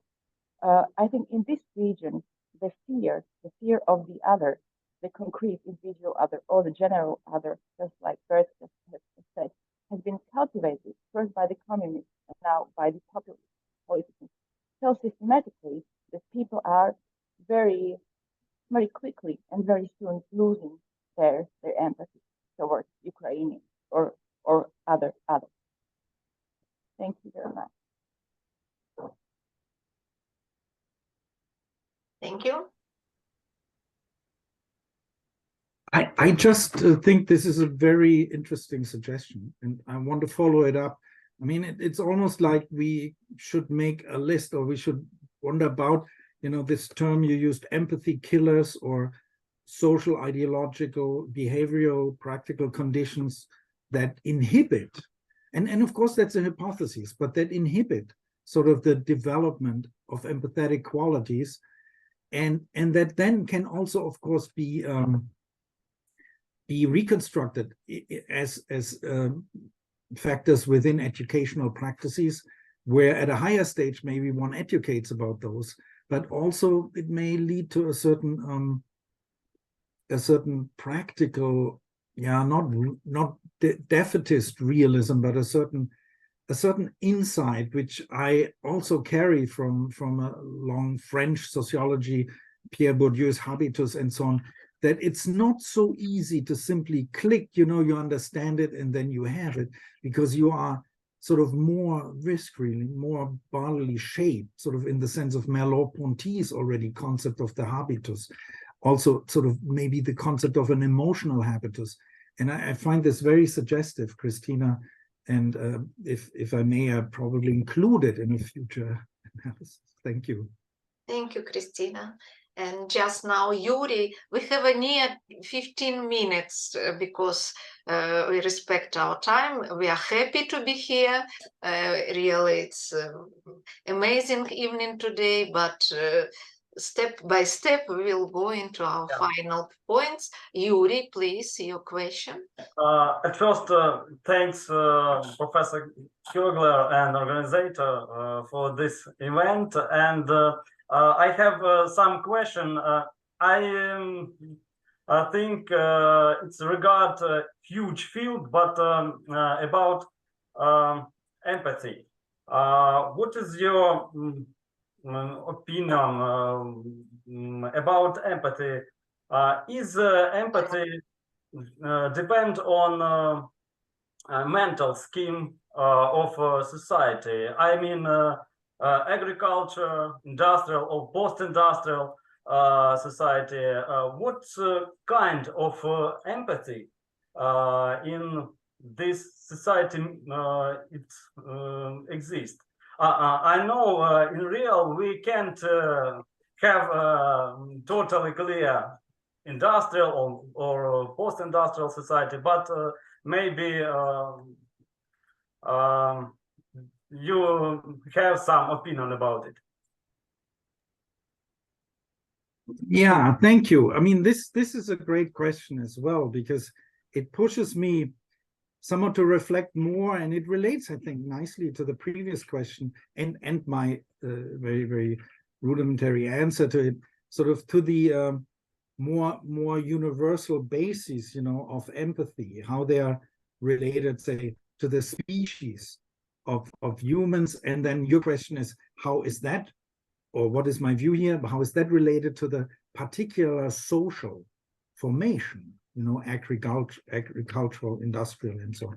And so it's sort of, and if I don't know your background and so on, it's maybe a very Marxist question in a sense, a very kind of to what extent is the human species defined in certain ways, but to what extent is actually the features, even the cognitive and emotional capacities of humans? To what extent are they not, and maybe you were very polite, but maybe there's a little criticism, are they not much more dependent on the particular social formation in which subjects exist? And I would say, you know, without, I have a methodological approach to this, not an ontological one or so, which I think is also the best way to say understand Marx or post-Marxist Frankfurt School accounts, is to say we need to, I do assume and that there is some kind of empathetic potential, but I even think, and this is a much wider discussion that you even put up, but it was related to first, that relates to species, living species. And I think the approach of empathy is also particularly valuable because it can include another attitude toward animals who are specifically feeling beings. You know, we have this emotional, empathetic relations to our pets, you know, to others. And so, but with regard to the cultural or social formation, I think it is the same issue that was coming up before, that if you assume, so I work with these two angles, if you wish. I assume there is a certain empathetic potential in humans as a species, as a living species. And there are, I mean, Michael Tomasello from the Max Planck Institute in Leipzig and many others, you know, the book titles are The Cooperative Species, Altruism as something that is, you know, humans, there's this old tradition of German philosophy, the philosophical anthropology. So some of them, it's pretty much forgotten, but some of them, unfortunately, Galen went Nazi and so on. But they had this idea that humans are the one animal species that is not very specifically determined by their relation to the environment. You know, we are naked, vulnerable, malleable, unspecified beings, whereas sort of all the animals have their niches, you know, their biological niches, but we are just creating sort of our own cultures and institutions to cope with the environment. But in this malleability, we have this empathetic, in this context, altruism, you know, the social cooperation. These tiny little men, you know, were able to bring down a mammoth, you know, an animal much stronger, much bigger than they. And so there is cooperation, there's empathy, also emotional, there's understanding, you know, the perspective. Empathy, in my term, is not just this emotional response, but is understanding the perspective of the other. But if I would say one thing, and you know, this is a wide field, I have to, is that within modern capitalism, and my former colleagues from the Frankfurt School critical theory, they work a lot currently on alienation. And from a Foucauldian perspective, you would also think a lot of individualization. And this is, by the way, this is dynamite, because this is part of the Dugin ideology against the decadent West. You know, the decadent West is individualistic, atomic. These are lost selves, lost souls. They have no grounding. We in Russia, we are grounded in the soil. You know, it's like Hitler, Blut und Boden. We're grounded in a deep culture. But, you know, it's even in Germany, I think some of the anti-Ukraine support movement is because they are seen as American supported. And there's still in Germany today a certain anti-Americanism. And I'm talking here, I'm not just talking, you know, from New York or Philadelphia or San Francisco. I'm talking from Florida, you know. So no, America is kind of this superficial. It's a joke as a culture, and I'm telling you, it's not, you know. And so here's another story I want to share, that Lübbe, you know, Christoph Luhmer may know Hermann Lübbe, still an old German, somewhat conservative thinker. In my first semester, I didn't even know in the presence of what a great philosopher I was. But Hermann Lübbe was very persona non grata in Frankfurt. But my professor then, a Nietzschean student of Bruno Liebruck's, took me to that dinner, and he told me, look, all the Frankfurt School with their sophisticated theories, ideology, critique, and so on, who resisted the Nazi euthanasia program? Who really resisted it? Not the educated middle class in the cities, because they had lost that immediate empathy to their disabled children. they were educated and understood their unworthy life. You know, I have to get them up. But also maybe with Christina, maybe they were also struck by fear and so on. But the North Frisian, the most uneducated farmers in northern Germany said, this is my son. He may not be the brightest light under the sun. He may not walk properly. He has only one arm. He's deeply disabled, but he's my son. I'm not having him euthanized, you know. So these farmers, in a sense, kept them, what I'm trying to say here is these farmers kept themselves an immediate sense of empathy with their children, that ideology, education, separation from this, a neoliberal society that separates you from these roots, you know, from the senses, can destroy. And so these are rich questions, but I think you have to, what I would say, I mean, the irony is here when you have Dugin's, you know, nationalist, you know, integration and this critique of American disconnected selves and so on.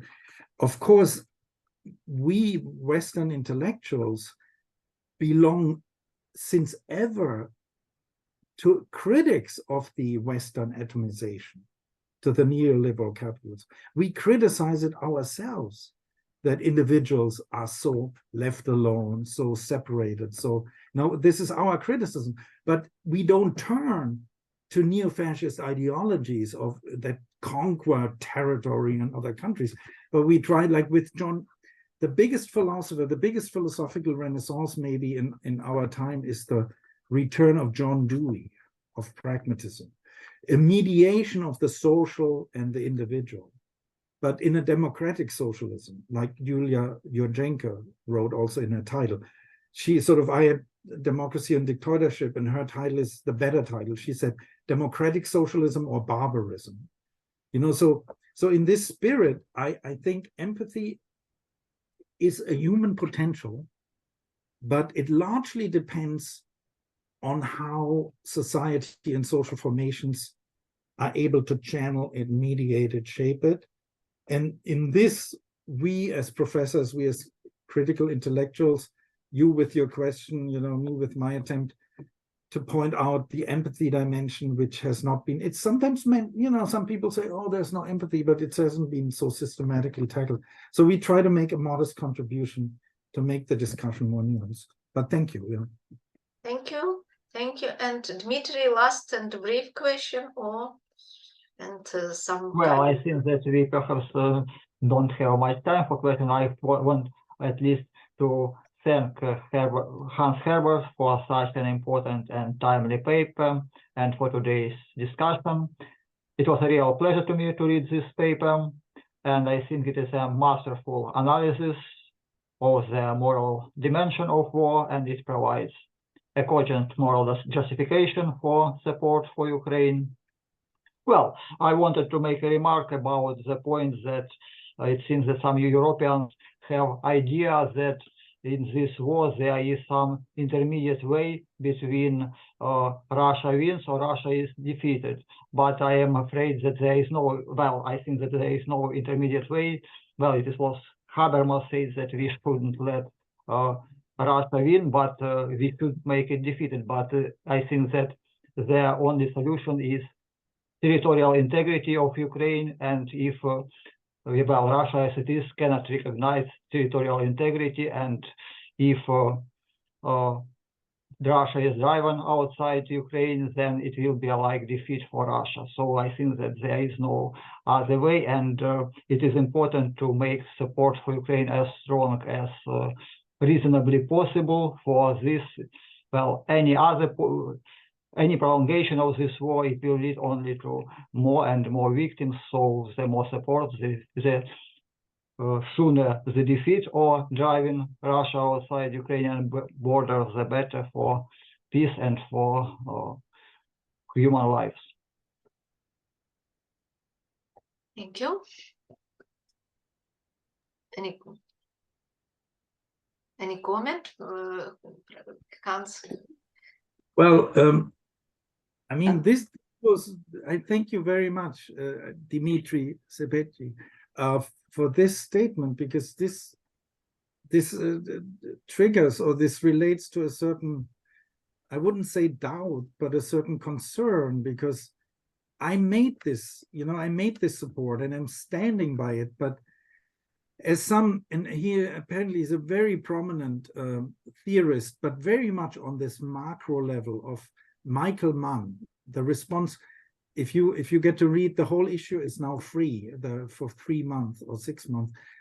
Michael Mann wrote a response, a short response, and he basically says that my defense of Ukraine's self-defense in light of the higher political, autonomous, self-determination, and against simply preserving their lives, is for him a deep problem. And the question now is, of course, I agree with you, and I, so to speak, agree with our position. But if there is no, I mean, and I know that this so-called spring offensive, which became a summer offensive, which is a fall offensive, and all of this, if there is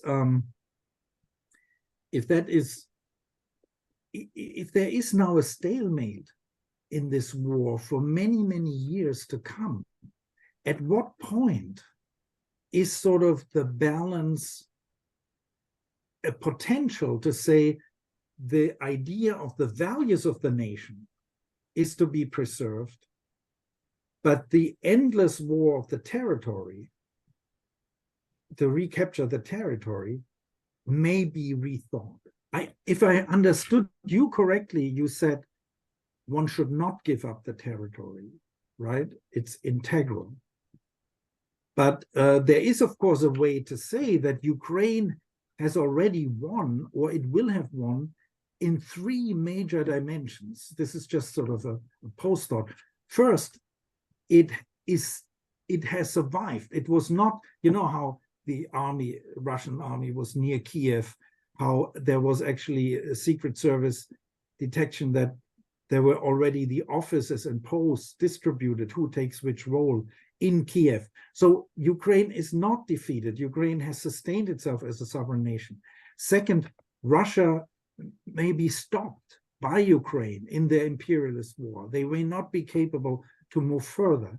And third, and there is this highly recommended contribution by Mary Kaldor from the London School of Economics, who says Russian strategy, and this relates also to the former question to a certain extent, is to destabilize those Western democracies, to show that they are internally sick, fragmented, wrong, societies that are bound to implode.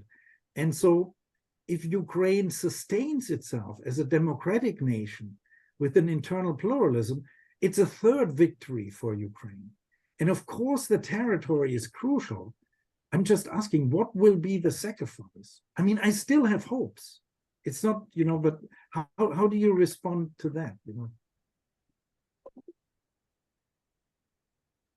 Thank you so much. 2 hours of our discussion, we don't follow for the time, because this dialogue is very important for us, attractive and inspiring. And just now I would like to stop now our discussion, our dialogue, but don't stop our thinking, our communication. Professor Hans-Herbert Kögler proposed us many articles, many reasons for thinking, reasons for debate, reasons for personal understanding of our situation. Thank you so much. And I would like to tell you about our future seminar, maybe, despite on the blackout, our future, maybe we will have our seminar in December, and we have some kind of tradition, one Western philosopher, and next Ukrainian philosophers. And just now, first time, I don't know who exactly will be next, but I suppose we will decide it soon. you can write me your proposition. I know I collected some of your proposition about your future speeches, and just now I collected, and I suppose it will be very, very interesting debate. And just now I invite you, dear Professor Kögler, to participate in our permanent seminar, postscriptum, and so on. Thank you so much for your participants, for your questions, for your speeches, for your remarks. Thank you. Can I also say I'm so grateful to this session. I mean, it was all your questions and all your contributions, and also they will help make my argument clearer and more sophisticated. But I also got a sense that you were very open and honest, and I feel that it cannot have been too bad if I'm invited. Maybe there should be a secret voting first, but that I'm invited to the next session. No, I'm honored, you know, and I will make sure to be participating in this. So thank you again for everyone. Thank you. For and my last remark, something critics or some provocation. At the time of your speech, you mentioned many philosophers from the Kant to the Dugin, but any Ukrainian contemporary philosophers. We have to change this situation. Yeah. Oh. We have to radically change. One very, very short remark. It will be very. Can I? Yes, of course. Yes. Okay. When you talked about Habermas a lot of time, and your attitude was critical also as for Frankfurt School. As for me, I appreciate very much your universal ethics correctly. As for my ecological topics, it is okay. But as for ethics of war ethics, I suppose that universalism is not very good. In this context, very good article, answer to Habermas, wrote the director of the Institute of Philosophy of the Ukrainian Academy of Sciences, Professor Yermolenko. He criticized this conclusion of Habermas on April 2022. When Habermas wrote in the paper that, you know, it was cited, but about Russian, but he wrote about defeat of Ukraine is not worse than escalation of this conflict.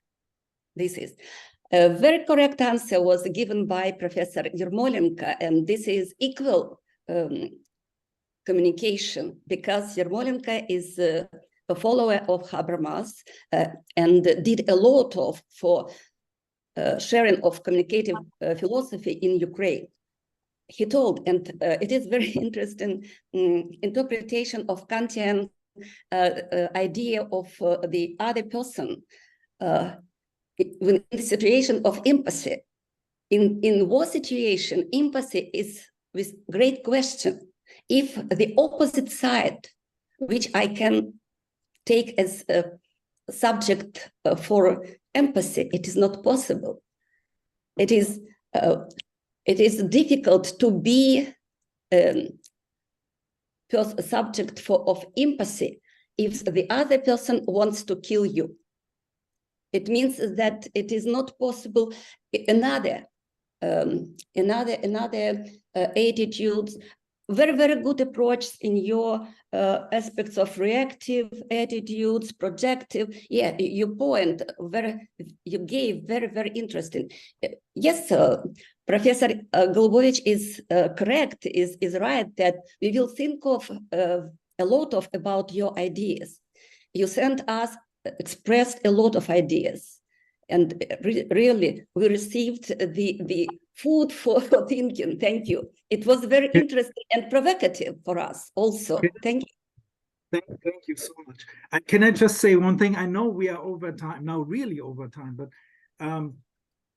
2 points. In my essay, I also say, and this is a German-Ukrainian member of the former pirate, I think now the Green Party, who said it. But I put this, so I'm influenced by her, but I put it in a way that I say, how can you trust, or how can you negotiate with someone like Putin who wants to annihilate you, you know, in every possible sense? And I put this up there to sort of criticize and put in their place those kind of shallow and facile people who say, oh, more diplomacy, let's be, we can. So I completely agree with that. But I also want to read this article. Of course, I would like maybe, you know, you can convey that article to me. And, Yes. and then I wonder, but I cannot let one thing sit on me.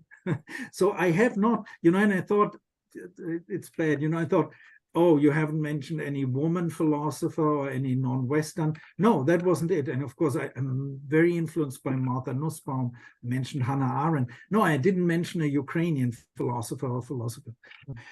True, but in a section where I talk about, and this is just my ending word, like in this, and hopefully no debate. So I was actually, and this came back years later, that in my parents moved when I was 12, they moved to the suburbs, and I lost my friends. I was out there, and I discovered the library of my grandfather, and I went through all the Russian.